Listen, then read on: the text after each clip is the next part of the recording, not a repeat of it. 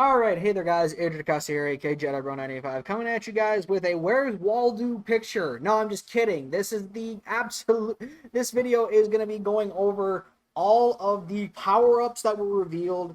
The team builders had been also leaked, and also going over the gridiron notes from yesterday that I did put in the description of my last video. I wanted to touch on, but I never did. So today we're going to talk about those. So today, Mutt Leaks, by the way, if you guys aren't following him, this is who came up with it, who figured this out. Mutt Leaks today posted on his Twitter that this is all of the these are all of the base power-ups that we are getting to start the year. The 264 power-ups of players in the game. Now, as you can see here, there's a whole bunch of players. And the reason I have absolute faith that this is true is because we see guys like DeAndre Hopkins here, Jalen Ramsey, Wilson, Travis Kelce, I believe this one is. Hang on, there we go. I was on the wrong one. So you see like Hopkins here, Wilson, Kelce, where's another one? Tyreek here. Jalen Ramsey is somewhere here. Oh, good Lord.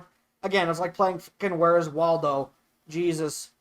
You get the point. Like you just look on here, guys, and you can definitely find the players that you want for your team, if they're getting a power-up or not. Also, this does confirm that some of the speculation for who could have been in the team builders will not be getting them, because obviously they're looking to not do power-up cards in the team builders right away. So basically, this is who it is. Who all the pictures are. I would show you guys the list, but yeah, good luck reading that. So that is the list. This is all the pictures again. Here's Julio Jones, Josh Allen, even Jason Myers is getting a power up this year. That quite surprised me. Even as a Seahawks fan, I was not expecting Jason Myers to get a power up, but hey, he's got one. Jadeveon Clowney, I believe this one is right here for the Browns. He's getting a power up. By the way, there's Jalen Ramsey. Who was another one that I was quite surprised to see get a power-up, but I'm really glad he did. Oh, Jesse Bates. Jesse Bates got a power-up. Where is he? I believe Jesse Bates is right here. I'm pretty sure this is Jesse Bates. But yeah, Jesse Bates is getting a power-up. I thought he should have had one last year when the Team of the Year came out. But yep, these are all who the power-ups are, guys.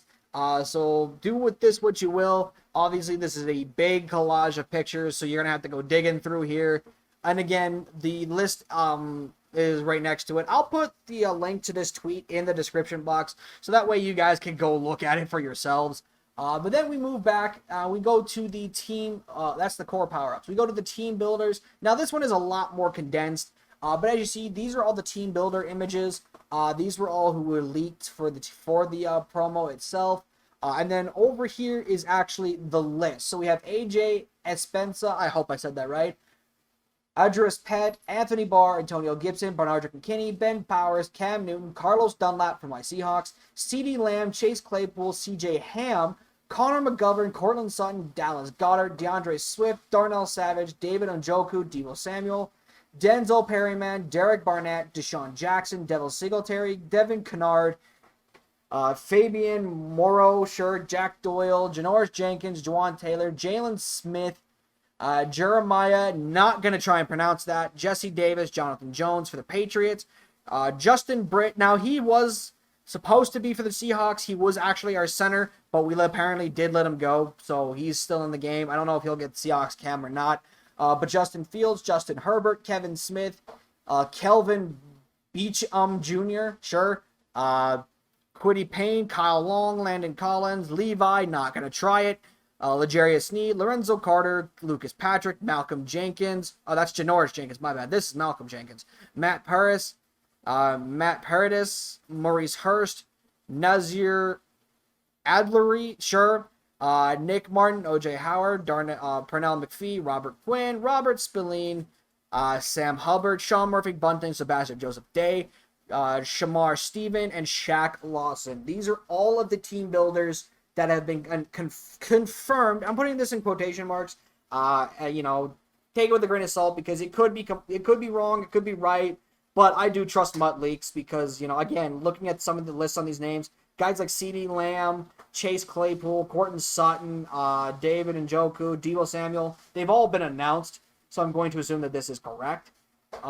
That being said, that is it for the players that were announced for the core power-ups, as well as those. Oh, yeah, my bad. The campaign. So these are the campaign players that you can do for the exchanges for. So here we got, so for the campaign ones, we got Travis Kelce, Lane Johnson, Devontae Parker, Stephon Diggs, Grady Jarrett, Leonard Williams, Shaq Barrett, Trent Williams, Devin McCourtney, Cameron Jordan, Brandon Cooks, Ryan Tannehill, DeMarcus Lawrence, Chandler Jones, Bobby Wagner, Dalvin Cook, Jonathan Allen, Cooper Kupp, Joe Mixon, Roquan Smith, Mika Fitzpatrick, Jair Alexander, Lamar Jackson, Denzel Ward, Darius Leonard, DJ Moore, Justin Simmons, Josh Jacobs, TJ Hawkinson, Quentin Williams, and James Robinson. These all are cards that you can exchange lower rated campaign cards for to get those cards core elites. So that's pretty great. You trade in, I think it's either 4 or 10 of those, and you get a core elite card. So that is pretty sweet. I'm pretty sure for Bobby it was 10 and Mika Fitzpatrick was 4. I think it's different. The one that's missing though is Derwin James. I thought for sure Derwin was gonna be here because they did showcase him in there. Maybe there is Derwin James. He's just not on this because we already know Derwin is in here. But that doesn't make sense to me because we already knew like some of the guys for the power-ups were coming, but whatever, it is what it is. Anyways, moving on to the community test, play test feedback. Now, this was in relation to the beta.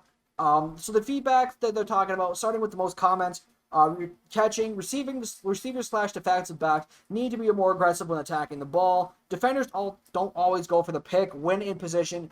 Catch mechanics aren't always responsive. Agreed. Didn't really notice it. There was a lot of work done on catching that did not make either of the playtest builds, so we're anticipating some issues with catching, and players definitely noticed them. There were not many more important system in gameplay than catch. There's not much more important system in gameplay than catching.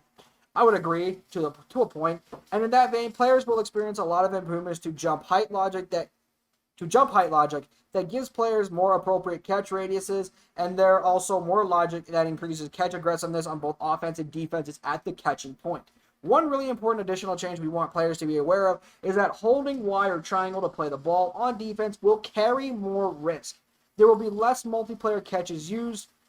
Defenders playing the ball will have more chances to miss the ball, whereas range for swats have been increased, making the swat mechanic more conservative, but safer play on defense compared to always going for the pick.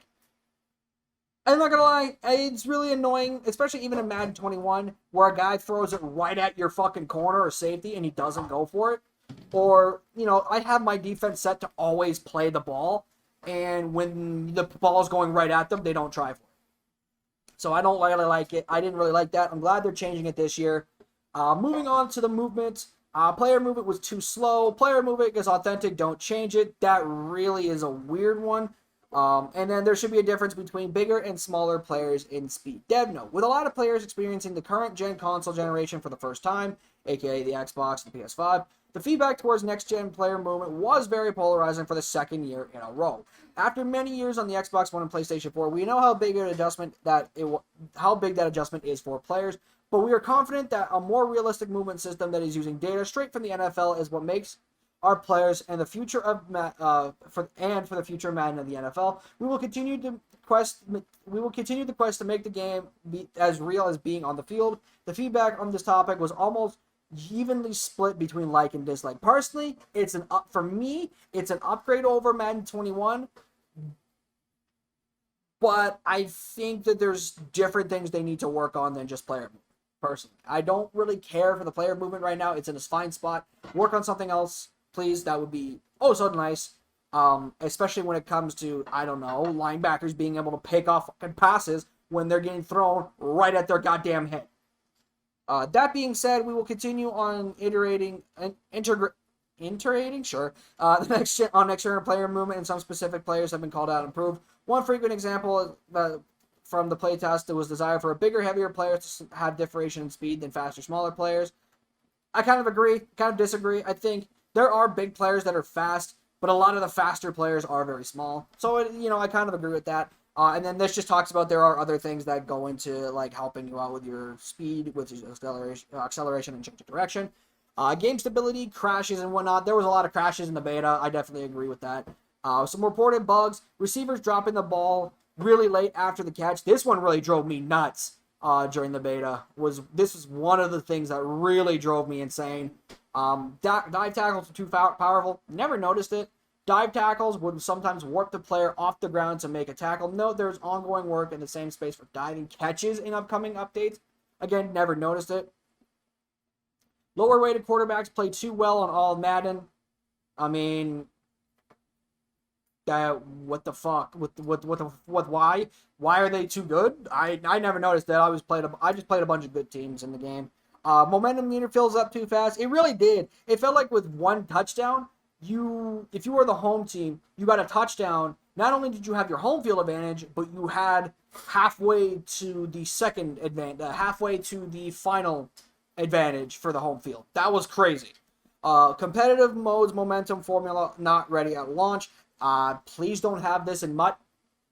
For the love of fucking God, do not have this in MUT because it's going to ruin the game. Because everyone, I'll tell you this: if you have this in MUT, people are only going to have the Steeler. The people are going to either pick the Packers Stadium or the Bengals Stadium. Especially the people that love to do no huddles are going to love the Bengals Stadium. Don't have it in MUT. It's going to ruin the game. We will not launch this unique formula for online head-to-head or Rent Ultimate Team head-to-head. We have formula-specific competitive games. We have a formula specific for competitive games that are being tested. We also want player feedback based on the formula after launch so we can make further adjustments to completely dialed in when we deliver it in title update. Traditional situational pursuit tuning and edge rush is too powerful. The edge rush too powerful. I kind of noticed it a little bit. Not gonna lie. Pursuit tuning. Yeah, it was kind of there. Pursuit was inconsistent to me. We made an effort to make pass rush heavier across all modes to get more realistic time in the pocket and have the pass rush play a bigger part in balancing the game. We did this by unlocking non-engaged moves for AI controlled pass rushers on the edge. There we go. These non-engaged moves are the speed rushes introduced in Madden 21 for user-controlled pass rushers. However, we did some additional levels of tuning to edge rush specifically so that the ratings of the matchup between blocker and defender are more heavily influenced in the play test to increase win chance for really good pass blockers and decrease win chance for lower rated pass rushers. Too much pass rush pressure when only using 2 or 3 in competitive game style. To further balance the increased pass rush in Madden 22, we've added some logic to the competitive game style so that way it's very difficult to get consistent pressure when rushing 3 or less, specifically versus double teams. Thank fuck! Thank fuck! Oh my god, thank you. Thank fuck, EA. My god, I rarely experienced this once. I maybe experienced it once, but I saw so many people while I was watching YouTubers play their games get away. I saw so many people get away with rushing one fucking D lineman. It was absolutely pathetic. It was just absolutely freaking pathetic. It was just ridiculous. Thank God. Like, that's just so annoying. To further imbalance, no, I already read that. Quarterback release changes / gunslinger. For launch, we are distributing the gunslinger ability to more QBs. We will continue investigating ways to improve quarterback releases for future title updates while ensuring that quarterbacks are properly differentiated and that all quarterbacks cannot make every throw that elite quarterbacks can. Okay. That would be nice, actually. Yeah, not really too much on that. QB contains aren't always effective in certain situations. Yeah, they weren't. They really were not.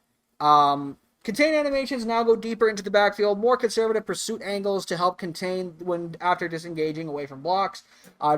Drive summary in-game banner showing back clock data is fixed. First down line missing is fixed. Offensive line abilities don't seem effective. These abilities have been tuned and reworked to function more effectively. So for the QB contains, just go back to that real quick. Yeah, they really didn't truly work. It was so easy to break contains and split them. and get up the field for like 10, 15 yards on a scramble, or get out of the pocket and find a receiver downfield for like 30-yard completion. It was really easy to break contains this year. I'm kind of happy that they are going to be a thing this year. I hope they are much better than they were last year, because last year's contains, they weren't great. They just were not. Improvements for defense versus tight end delay fades. Logic to improve quarterback contain logic versus delay blockers. Tuning to improve pass rusher logic to properly disengage away from the delay blocker. Logic to improve quarterback contain logic versus delay blockers in double teams. Tuning man coverage to stick with the tight end on a delay longer. Again, thank fuck. So tired of fucking sweats abusing the tight end delay fade. Thank God. Thank God. RPO fixes. Tuning to improve the angle of the read defender when playing the quarterback to avoid faster QBs from being able to run around them. The quarterback will no longer be able to turn and run before completing his first step after faking the handoff. Wind direction indicator now fixed for the proper direction of the wind. I can't believe that was something they fucked up on. Playbooks, yeah, they're not going to do anything about that, so who gives a crap? This is this is franchise stuff here. And then I believe that was it. There was something that they were going to add for, I can't remember if it was like, it was something related to like the home field advantage going into like I don't know. But anyways, guys, that's going to do it for this video. I hope you guys did enjoy. Hit the like button if you guys did. Subscribe if you guys are new. And I'll see you in the next video. I'm out. Peace.